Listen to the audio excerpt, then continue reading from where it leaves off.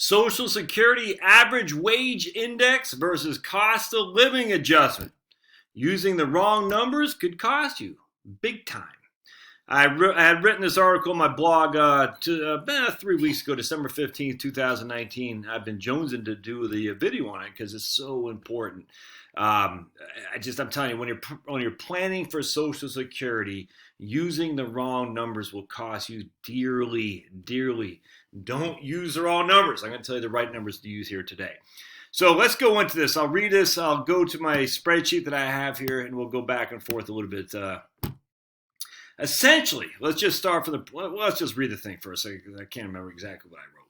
All right, so after expenses, Social Security is the most important part of every American's retirement plan. So it's critically important to get it right when doing your future projections. Probably the biggest mistake I see people making is using cost of living adjustments instead of average wage indexing. Now, you may not be familiar with these terms, but if you're running projections, you've got to know the difference. So let's explain. Social Security uses, and I quote here, the National Average Wage Indexing Series to index the earnings of individuals for benefit computation purposes. Such indexation ensures that a worker's future benefit reflects the general rise in standards of living that occurred over his or her lifetime. Sounds like cost of living adjustment, isn't it? Doesn't it? But it's not. The AWI, the Average Wage Index, is what's used to adjust your benefits annually while you're under the age of 60. Good boy. Once you become 60 years old, your annual increases will be based on the COLA number.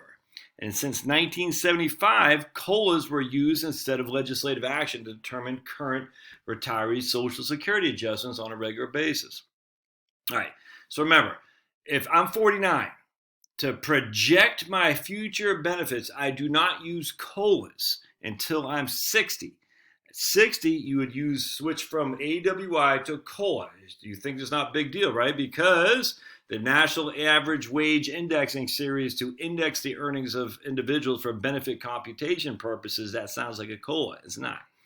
So let's go back to 1975 when we stopped using legislative action and we just put it up into a where they said this is what we're going to use, COLAs and AWI.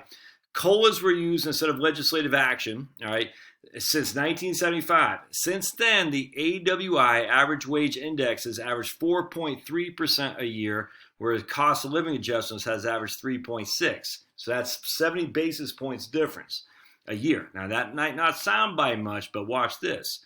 Let me explain how this affects you. If you are under the age of 60 today and are using cost of living COLA numbers to project your future benefits, you are most certainly under calculating your future benefit. For instance, if you made $25,000 in 1975, I don't want to hear it about inflation. Inflation, I'm just using this round number just to start. So I'm not saying 25,000 in 1975 is the equivalent of a million. I'm just using that to get you a gauge of what it'd be worth. 25,000 in 1975. If you use COLAs, your 25,000 would be the equivalent of 125,000 in 2019. So it's at a 5 times increase. So again, if you use 25,000 in 1975 as your starting point and you adjusted it, inflated with the cost of living adjustments, that 25 would be the equivalent of 125,000 today, which is actually less than the maximum amount for Social Security tax. Yet using the AWI instead, that 25,000 would be the equivalent of 162,000 today.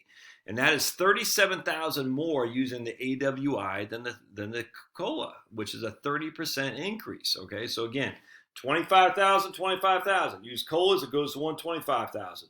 Use AWI, it goes to 162, a significant difference. All right, so let me give an example. I was born in 1970. My earliest year of eligibility for Social Security benefits is 62, thus 2032. Let's say for my statement in 2009, it shows my benefit for Social Security will be $2,000 at my PIA, at my full retirement age. Of course, $2,000 a month is not what I'll actually get because that $2,000 a month will be adjusted to reflect inflation. And here's where the rubber hits the road. What type of inflation? The cost of living adjustments? No. Until I turn 60, my Social Security benefit will be adjusted by the average wage index. If I didn't know this and I used the COLAs instead of the AWI, I'd be giving myself a 0.70% cut in pay, 70 basis points. And again, that was a significant difference from 1975 till today. Make sure when you're running your own Social Security projections, you know what the heck you're doing. If not, you could force yourself to stay in that crapy old job out of ignorance because of what you don't know what your true Social Security benefit is going to be. And this is what's so frustrating me. Most people, and I get this all the time, have no clue how Social Security works at all. They look at their statement today and they say, hey, I get $2,000 a month at full retirement age, and they'll use $2,000 a month at their full retirement age. And that's just the wrong answer. The $2,000 a month is what you get today. You got to inflate that with, again, AWI until you're 60, then cost of living adjustments from 60 to until you're FRA. On top of that, they'll assume they'll pay tax on 85% of their benefits as well. And that's just not the case. I mean, it could be, but don't default to that. All right. So as I stated before, $2,000 a month that your benefit statement shows right now will increase that inflated amount. What that inflated amount is it matters. Again, using the average wage index amounts until you are 60, then use the COLAs every year thereafter. All right, so I did a video on this before, but I actually want to show you the difference here. So here's AWI. All right, so we go back to 1951, and we see 6.2%, 5.59, 0.52, 4.62. So you can see, essentially, this final calculation to start in 1975, you took some $25,000 there, and you said if we just use the amount that increased by 3.62 in 2018, 3.45 in 2017. That gives a 4.37% annualized increase since 1975, which is when the cost of living adjustment started. If we go to cost of living adjustments, we see 8% in 1975, whereas AWI, I think it was less than that in 1975. Let's see here. Yeah, 6. Oh no, it's not 1975. Yeah, 1975. Is 7.47. So you can see 6.4 in 1976 for cost of living.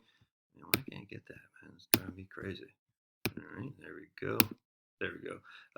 Is 6.9 in 1976. So, I mean, you can see. So it just goes back and forth. Cost of living adjustment was 2.8 in 2018. And it was 2018, it was 3.62 AWI. So you can see the difference there. And a significant difference, as a matter of fact. 3.6 is what we're using for the cost of living adjustment as opposed to the AWI, which is 4.37. All right. So we don't have the AWI for 2019, by the way, yet, because it literally just ended the other day. So there's a lot going on there. Actually, I want to show you something else here. Hold on maybe I'll stop there because I do want to show you something else I was reading from the Financial Samurai blog, which I think you'll find informative as well. So remember, I'll put the link to the show notes on my blog here, and I'll give you a couple links you can use for Social Security. It'll give you the cost of living adjustment formula. It'll give you how you can find your own earliest year of eligibility in which to index your own stuff, and of course, this right here. So if you look historically, AWIs have dwarfed the COLAs, so make sure you use the right numbers. All right, we'll see you.